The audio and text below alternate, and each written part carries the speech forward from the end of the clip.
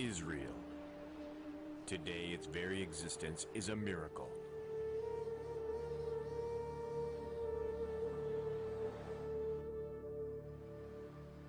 The Bible tells us it is the inheritance of God's chosen people, the Jews.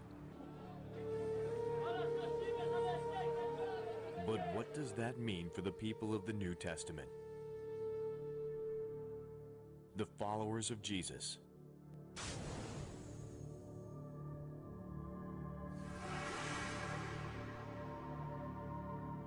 Does Israel have a right to exist? And if so, why should we care?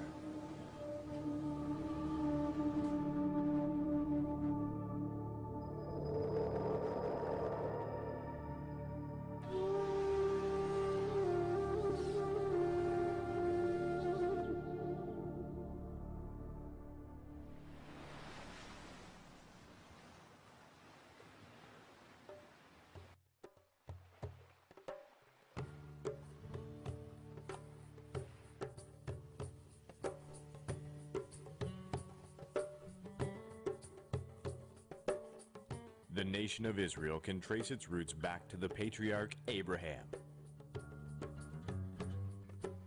a man chosen by God to be the father of many nations, whose children would be like the stars of the sky.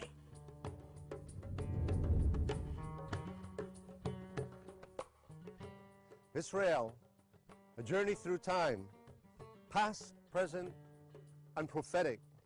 What the prophet said about Israel. The story begins here, in this desert landscape, which in the distant past was a fertile plain. It was to this place that Abraham and his nephew Lot came with their families, their flocks. And they settled here between the mountains of Jordan on the east and the hills of Israel on the west. It was a good land, a land flowing with milk and honey.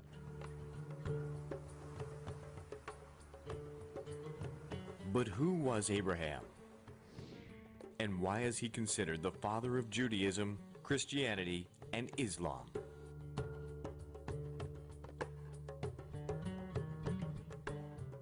Abraham first appears as Abram in Genesis 11:26.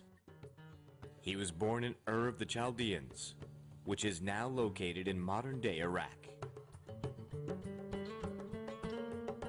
The story of Abraham is an interesting story. It's a story about a family and a person who started at the heart of civilization of that time in Mesopotamia, which is today Iraq and Syria, in between the two huge rivers, the Euphrates and the Tigris.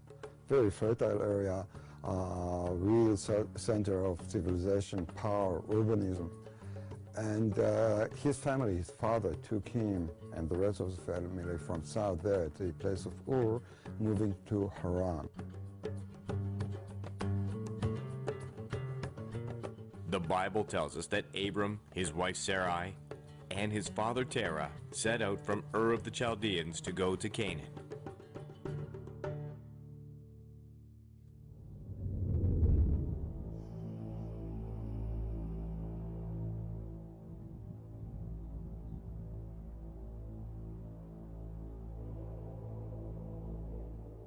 Canaan means lowland.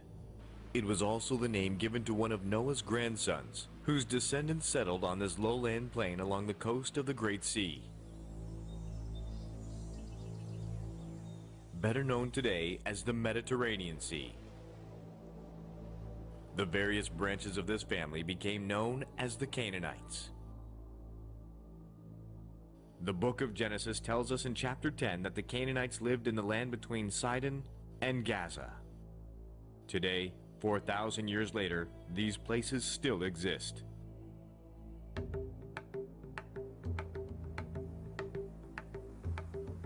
The coastal plain was fertile and ideal for growing crops and fruit.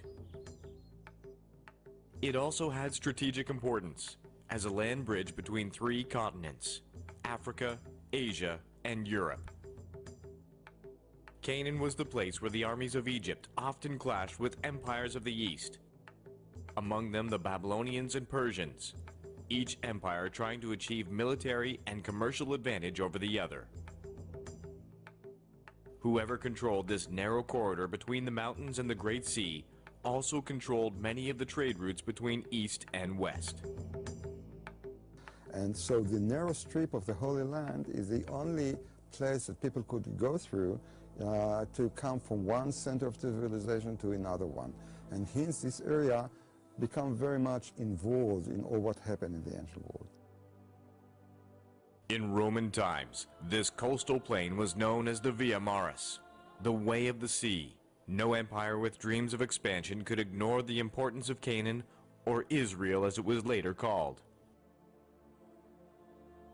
Abraham was to be the father of many nations, but God called him to be the father of one nation in particular, Israel.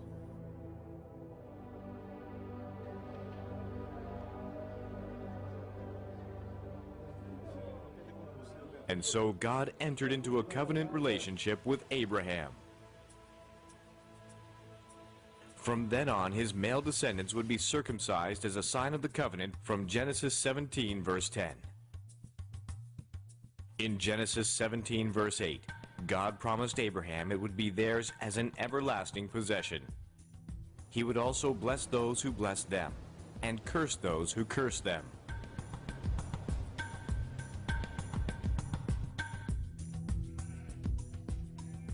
While Abraham and his nephew Lot prospered on the fertile plains of Canaan, they also ran the risk of being contaminated by Canaanite practices, which God looked upon as sinful abominations. Most people have heard the words Sodom and Gomorrah, but many people do not know what the words mean. They're names of cities found in the Bible in the Old Testament. They were cities that were here at one time in the distant past. 5 major cities of the plain, just south of the Salt Sea, or today it's known as the Dead Sea. They were thriving cities here in the land of Israel. But they were full of wickedness, and they were an abomination in the sight of God. The people of the land of Canaan worshiped Baal and Dagon among other false gods. Their practices of worship were sadistic rituals of unspeakable acts, including the sacrifice of children. The Lord spoke to Abraham and told him that this is the reason he was giving the land of Canaan to Abraham's descendants.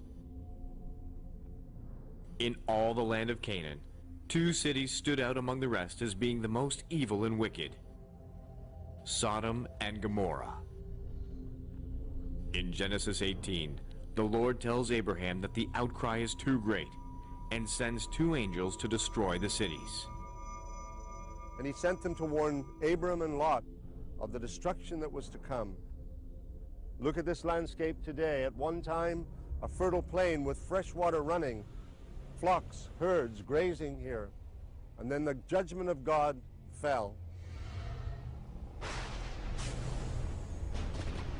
The Bible says that fire and brimstone rained down from heaven on what had been a fertile plain. At one time people lived here, they thrived here, but in their lifestyle they disobeyed God. He saw the wickedness of these cities, he judged them, and they are no more. What was a fertile landscape, a place of laughter, has become instead a barren wilderness. Sodom, Gomorrah, synonyms for wickedness and the judgment of a righteous God.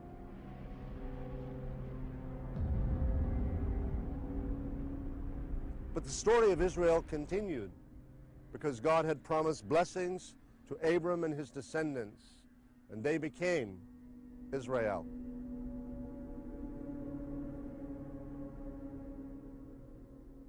God had promised Abraham that his descendants would be as uncountable as the stars in the sky. However, Abraham and his wife Sarah were getting old and impatient.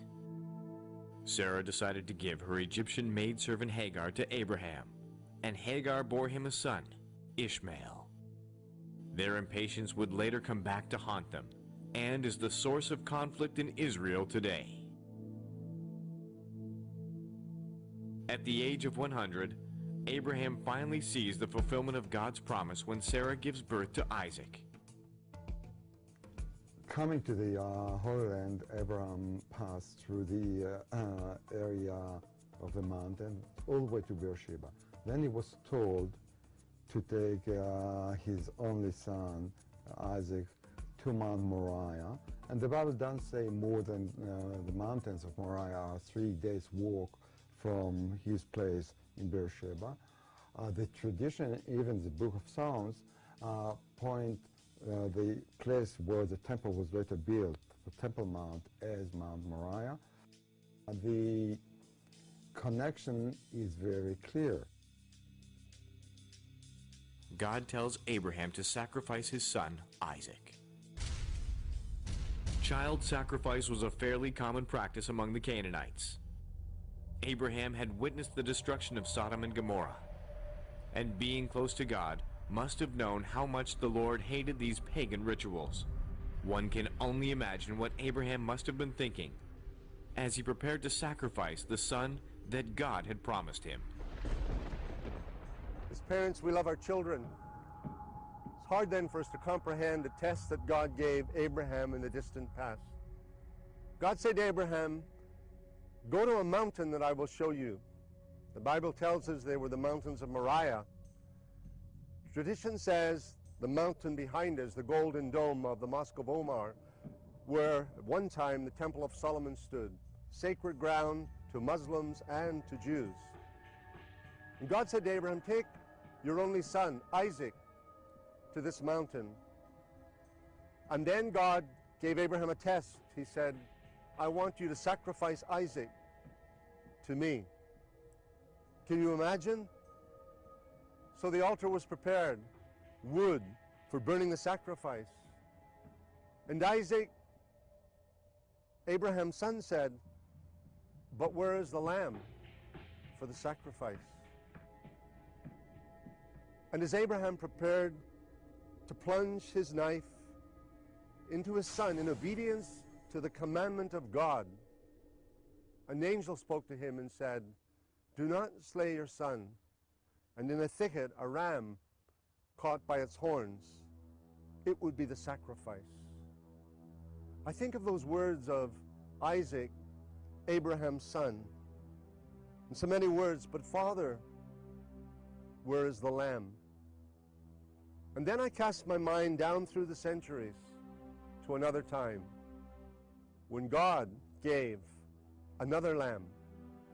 John the Baptist, seeing him that day come to the river Jordan, said of Jesus, "Behold the Lamb of God, who takes away the sin of the world." In Abraham's case, God provided a ram caught in the thicket by its horns. But in his own case, there was no substitute. He gave his only begotten Son. But whosoever believeth in him should not perish, but have everlasting life. Jesus, the Lamb of God.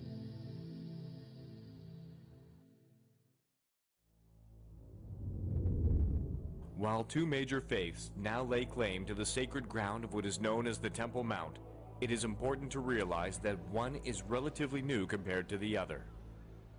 God called Abraham to be the father of the Jews some 4,000 years ago, around 2000 BC.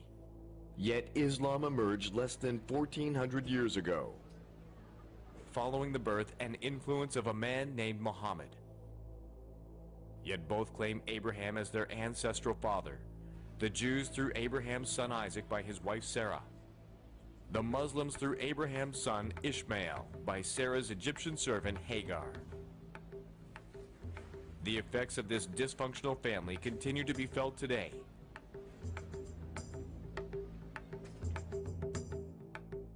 The Bible teaches that God's covenant promises to Abraham were to be extended down through Isaac and his son Jacob.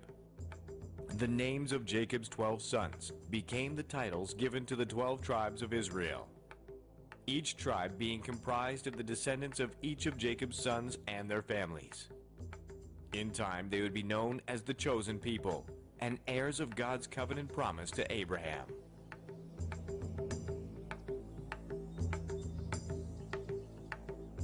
He is the Lord our God. His judgments are in all the earth. He remembers his covenant forever, the word he commanded for 1,000 generations, the covenant he made with Abraham, the oath he swore to Isaac. He confirmed it to Jacob as a decree, to Israel as an everlasting covenant. To you I will give the land of Canaan as the portion you will inherit. I'm always amazed when I'm in Israel, wherever I walk. I'm surrounded by the voices of history. Every meter of ground has some historic significance. Here, I'm standing on a place where in the 6th to 8th centuries before Christ, the kings of Judea had their palaces. We're overlooking the modern and ancient road from Bethlehem to Jerusalem. Jerusalem that way with its Temple Mount, and Bethlehem to the south. It was along this road that Jacob traveled. He was the grandson of Abraham, he and his wife Rachel. And as they approached Ephrat, or Bethlehem as it is known today, she gave birth to her second son. His name was Benjamin. She had wanted to call him Benoni, which meant the son of my sorrow. She was dying even as she gave birth, but Jacob said, no, we'll call him Benjamin, which means the son of my right hand. So Rachel died on the road to Bethlehem, this road behind me, just a little ways to the south. Jacob placed up a pillar over her grave, and the scripture says in Genesis 35 that the pillar is there to this very day. In fact, it is there to this day in the 21st century. One more milestone in the journey of the people of Israel.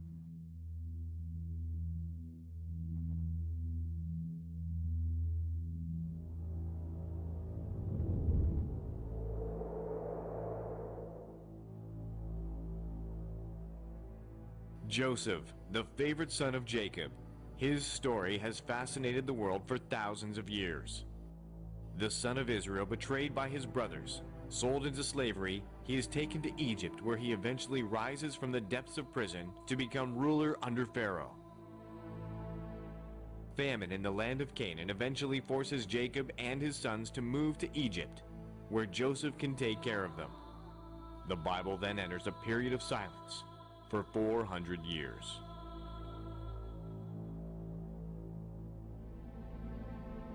Exodus wakens to find the Israelites, the descendants of Jacob, now forced into slavery by a ruler in Egypt who did not know the history of Joseph and the Israelites.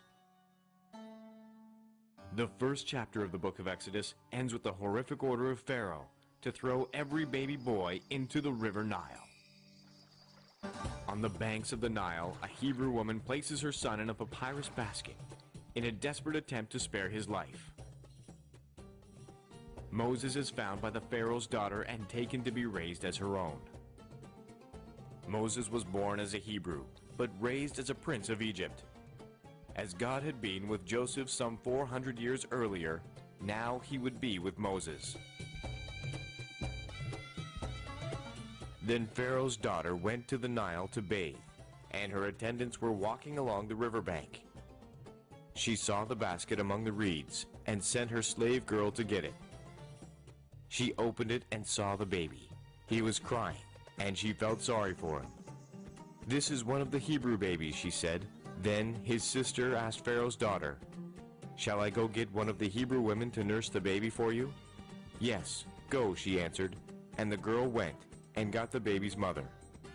Pharaoh's daughter said to her, "Take this baby and nurse him for me, and I will pay you." So the woman took the baby and nursed him. Raised as a prince of Egypt's royal household, Moses learned the ways of the Egyptians, but he remained a Hebrew at heart. One fateful day, he found an Egyptian mistreating a Hebrew slave. Moses intervened and, in an impulsive act, killed the Egyptian. Fleeing for his life, Moses spent 40 years in Midian, where he married his wife Zipporah, and he would learn the ways of a desert shepherd and nomad. But he would do so under the watchful eye of the God of all creation and of Israel.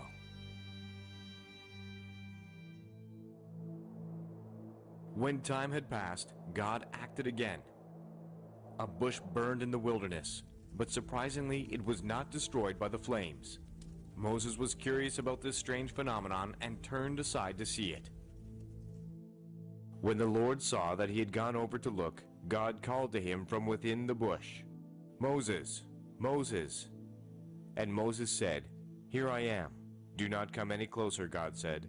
"Take off your sandals, for the place where you are standing is holy ground."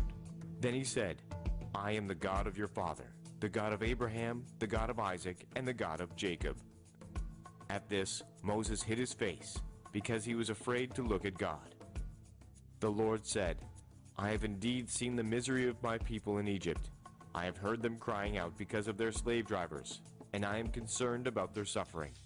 So I have come down to rescue them from the hand of the Egyptians, and to bring them up out of that land into a good and spacious land, a land flowing with milk and honey, the home of the Canaanites, Hittites, Amorites, Perizzites, Hivites, and Jebusites."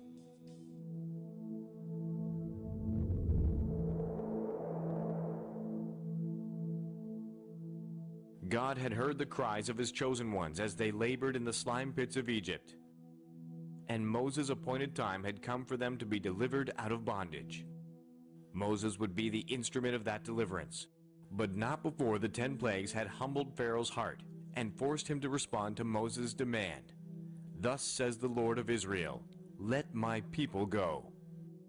The 10th and final plague was the most costly of all for the Egyptians, for it claimed the firstborn of all living things, including the firstborn of Pharaoh. Only those Hebrews who obediently applied lamb's blood to the doorways of their homes escaped the horrors of that dark night when death stalked the streets of Egypt. From that night on, it would be called the Passover. And each year, as Israel remembered their exodus from Egypt, children would ask, "Why is this night so special?"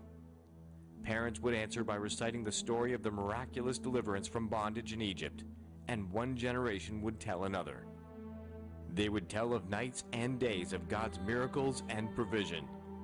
But if they were to tell the whole story, they would also speak of Israel's disobedience and rebellion, and of the 40 lost years of wilderness wandering. We've called this series Israel, A Journey Through Time. And time was what it took for the children of Israel to come from Egypt to this, the Holy Land. And surely they passed through this way, a place that is called the Wilderness of Sin.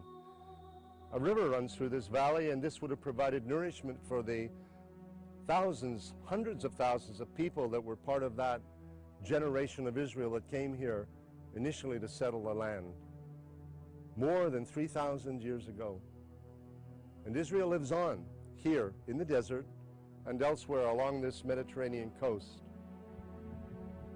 People of God, people in covenant with their God, a peculiar people God called a nation.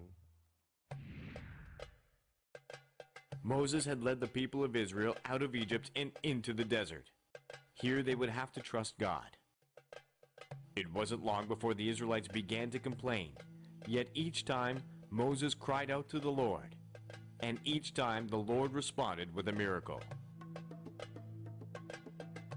During this time in the desert, God gave Moses and the people of Israel the 10 Commandments and had them build the Ark of the Covenant and the Tabernacle.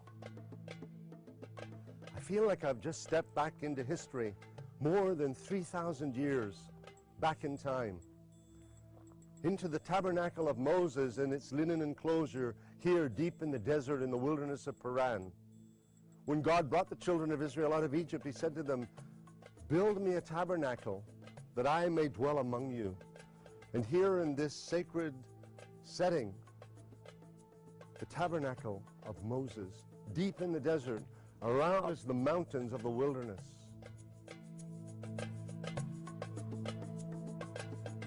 God gave specific instructions recorded in the book of Exodus of the linen enclosure that should surround the tabernacle, with the tribes all around in their specific positions relative to the tabernacle.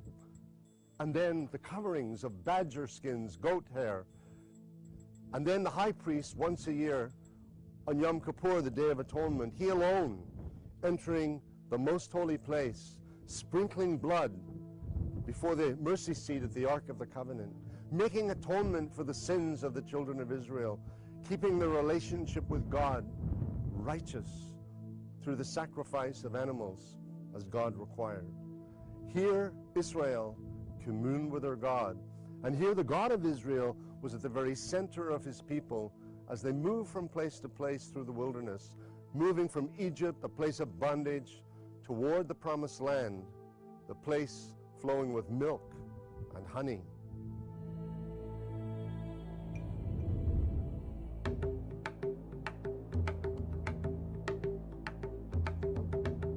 Moses would live long enough to see the promised land, but he would never enter it. The conquest of Canaan would fall to Joshua, Moses' chosen successor. It would be under his leadership that the army of Israel would subdue the Canaanite tribes and claim the land as their God-given inheritance.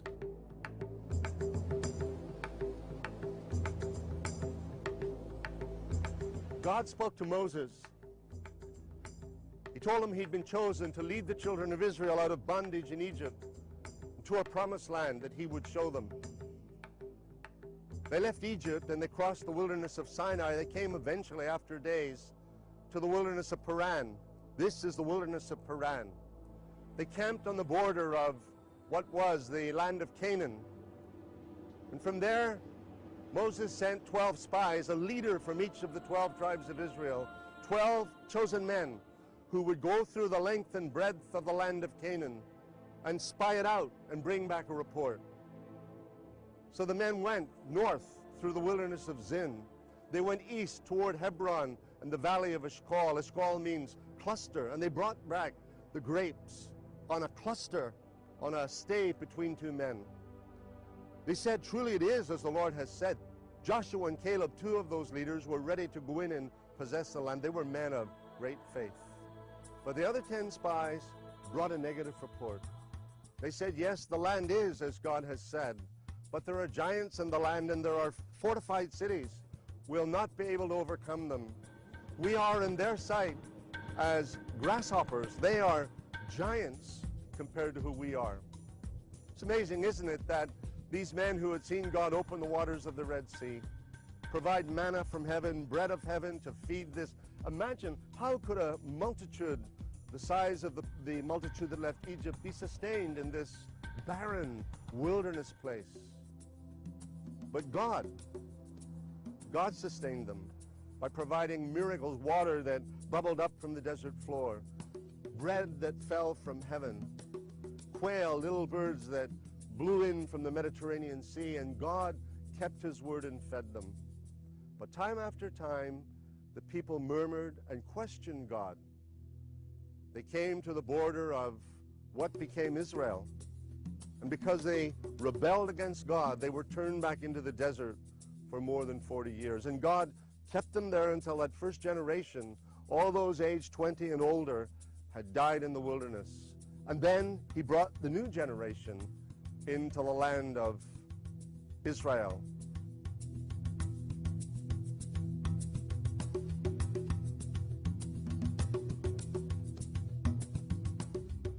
After 40 years of wandering in the desert, the Israelites were finally ready to take the promised land.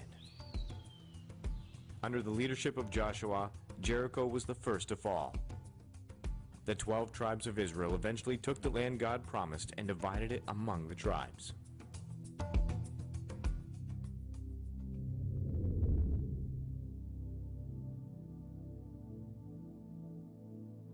In time, kings would be appointed to rule the people, but not before there was a prolonged interlude when judges held sway. Violent times when sin and rebellion were all too prevalent among Jacob's descendants, and when they eagerly embraced the idolatrous ways of the Canaanites. Even so, God found those who would speak and act for him. Men like Gideon, Samson, and women like Deborah. It is toward the end of this dark period in the unfolding drama of Israel that a young Gentile woman from Moab named Ruth enters the history of God's chosen people.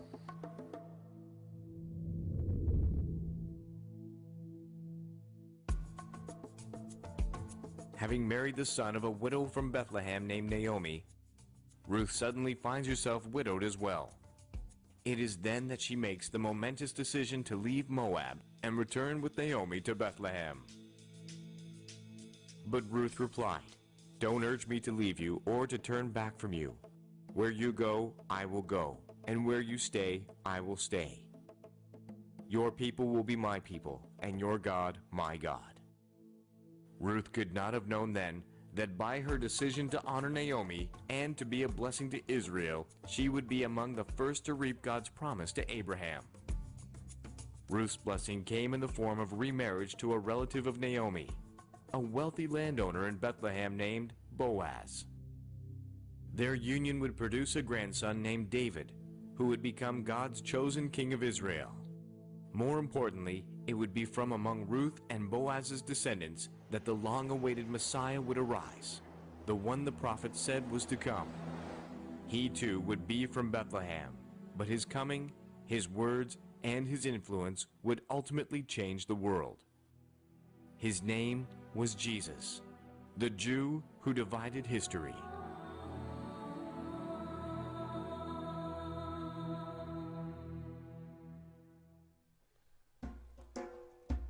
In the distance, the mountains of Moab, which is the setting for the story of Naomi and Ruth, told in the book of Ruth in the Old Testament. Below those mountains, the Salt Sea, or the Dead Sea as people call it today. But just below me here, springs of fresh water, a new phenomenon that has occurred in recent years, but it is really the fulfillment of a prophecy that Isaiah gave in the distant past. It's recorded in Isaiah 35. The prophet writes, "The wilderness and the wasteland shall be glad for them, and the desert shall rejoice and blossom as the rose. For waters shall burst forth in the wilderness, and streams in the desert. The parched ground shall become a pool, and the thirsty land springs of water. In the habitation of jackals where each lay," meaning where jackals once lay by the shores of a dead sea. "Now there shall be grass with reeds and rushes, birds splashing in the waters, finding nourishment in the wilderness, where you will not find them in the Dead Sea, for nothing can live in the Dead Sea. But here, by these fresh water pools, creation sings. Creation is alive in God's prophetic fulfillment of what the prophets have said, in the future restoration of Zion, of Israel, future glory that God said would surely, surely come."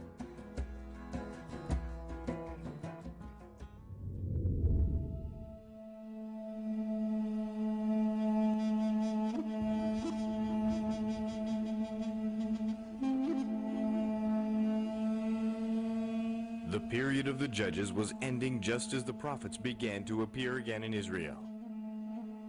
And while an unnamed prophet had spoken to Israel during the period of the judges, Samuel was the first named among the major prophets to appear. It was as God's prophet that Samuel anointed the first kings of Israel, beginning with Saul. But this did not occur until near the end of Samuel's life, and not before he had appointed his sons to rule as judges in Israel. But Samuel's sons were corrupt in their ways. They were unacceptable to the people, who instead demanded their own king. God viewed this demand as a rejection of his own sovereign rule, yet he granted their wish anyway, coupled with a warning uttered on the lips of Samuel. The people of Israel would live to regret their persistent pleas for a king to rule over them. And so it was that Saul, a man of the tribe of Benjamin, became Israel's first king. And, as God had solemnly warned, Israel lived to regret Saul's rule, which ended in bitterness, marked by defeat at the hands of the Philistines, and the untimely deaths of his 3 sons in a battle with the Philistines on the slopes of Mount Gilboa. It was here too that Saul's life came to a dramatic end, when, seriously wounded by the arrows of his enemies, he chose to fall on his own sword.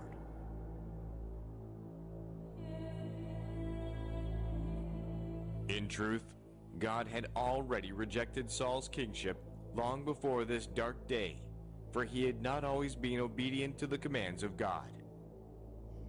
As a result, God took the kingdom from him, promising to give it to another, a king of God's own choosing. David, son of Jesse, great-grandson of Ruth and Boaz, would be the new king of Israel. David, who earlier had been Saul's champion in the contest with the Philistine giant Goliath, was popular with the people of Israel, which only enraged Saul and fueled the fires of his jealousy. More than once he tried to kill David, who was forced to flee for his life to the wilderness. Throughout the long and turbulent history of Israel, men found the wilderness of Judea a place to hide, a place of refuge. When they were running from civilization, they would come here. David came here when he was running away from King Saul, from his anger. Elijah the prophet found refuge in the caves in the wilderness of Judea. Men could run from other men. They could find refuge here, enough water to drink, enough food to sustain them. But David also found that he could not run from God. While he could escape the wrath of men, God always knew where he was. And he said, David said, "Where can I go from your spirit? Where can I flee from your presence? Wherever I go, you are there." Even here, in the wilderness of Judea, God found David.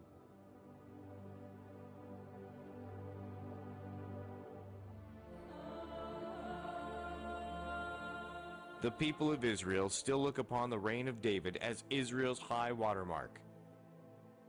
While David had character flaws and at times showed poor moral judgment, God nevertheless saw him as a man after his own heart.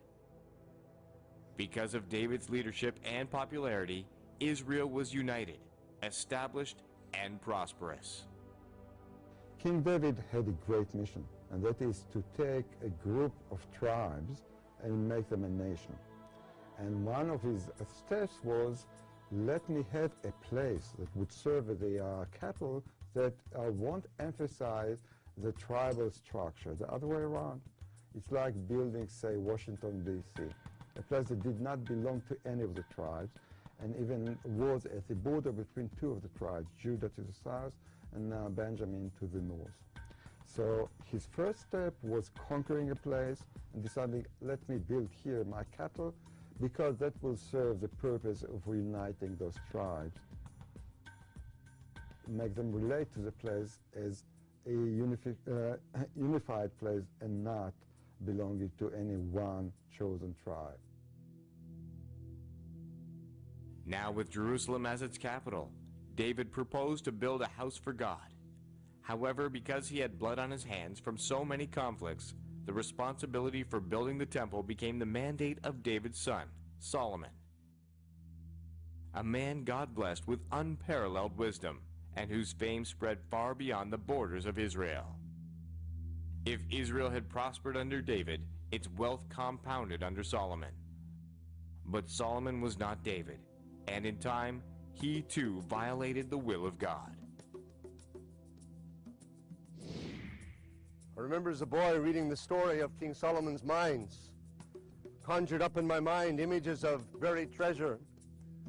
Now as a man I walk in the region of King Solomon's mines. Here slaves were brought from all over the ancient world. Probably boys among them, forced to dig in the dirt, to dig tunnels into the earth, to extract more practical minerals like copper. Minerals that would be used in Solomon's great kingdom. Even the Queen of Sheba heard of Solomon's fame, his wealth, his wisdom, and she came all the way from the continent of Africa to visit him here in the land of Israel.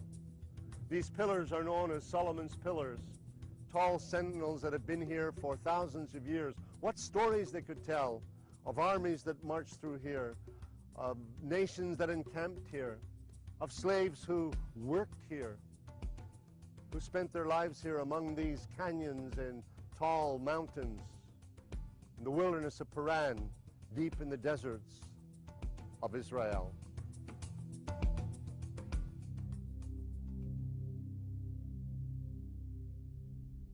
So Solomon did evil in the eyes of the Lord. He did not follow the Lord completely as David his father had done. On a hill east of Jerusalem, Solomon built a high place for Chemosh, the detestable god of Moab, and for Molech, the detestable god of the Ammonites. He did the same for all his foreign wives, who burned incense and offered sacrifices to their gods. The Lord became angry with Solomon because his heart had turned away from the Lord, the God of Israel, who had appeared to him twice. Although he had forbidden Solomon to follow other gods, Solomon did not keep the Lord's command. So the Lord said to Solomon, "Since this is your attitude, and you have not kept my covenant and my decrees which I commanded you, I will most certainly tear the kingdom away from you and give it to one of your subordinates. Nevertheless, for the sake of David your father, I will not do it during your lifetime. I will tear it out of the hand of your son. Yet I will not tear the whole kingdom from him, but will give him one tribe for the sake of David my servant, and for the sake of Jerusalem which I have chosen." And God stirred up adversaries against Solomon, and from that time forward his kingdom knew no peace. Solomon reigned in Jerusalem over all Israel 40 years. Then he rested with his fathers and was buried in the city of David his father. And Rehoboam his son succeeded him as king.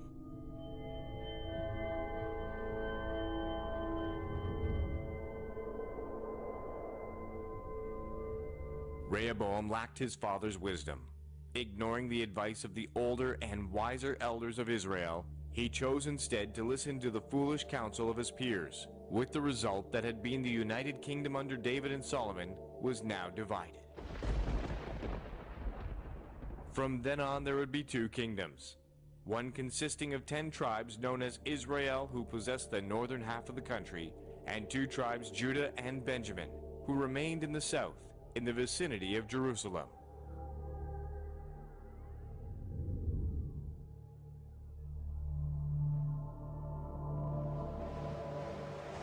Time passed, and in the 8th century BC, the northern kingdom was conquered by the Assyrians, while in 586 BC, the armies of Babylon under King Nebuchadnezzar captured the southern kingdom consisting of Judah and Benjamin.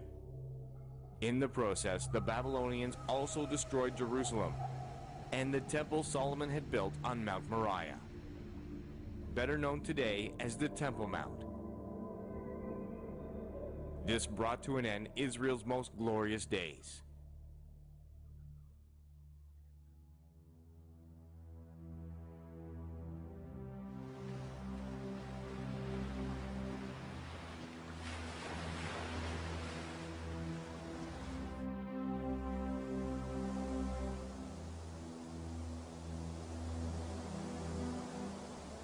I've had the privilege of coming to Israel many times through the years, but I'm always amazed of the natural beauty of this country. Small in size, but the contrasts are remarkable. One minute you can be in the desert, and the next minute in the green hills of Galilee. One moment by the Dead Sea where no natural life forms exist, and then in the Sea of Galilee, which is teeming with fish. And on this day, along the shores of the Dead Sea, and just above the oasis of En-Gedi, again, the natural landscape. It's as if God, every day, takes out his paintbrush, and he paints a new scene of beauty in this land that he called his own. This is a desert place, but it was in biblical times a place of refuge. David found refuge here from the anger of King Saul. He and his men hid in the caves just above me here at En-Gedi. It's the psalmist who said, "As the deer pants for the water, so my soul longs after you, O God." You can understand the psalmist writing those words in this place. Where water is scarce, there is the Dead Sea, but it's not drinkable. It's the salt sea. But in these caverns, in these canyons, waterfalls flow. There is fresh water, and the animals go to drink. Here, David and many others have found refuge down throughout biblical history. This is the land of God. Its name is Israel.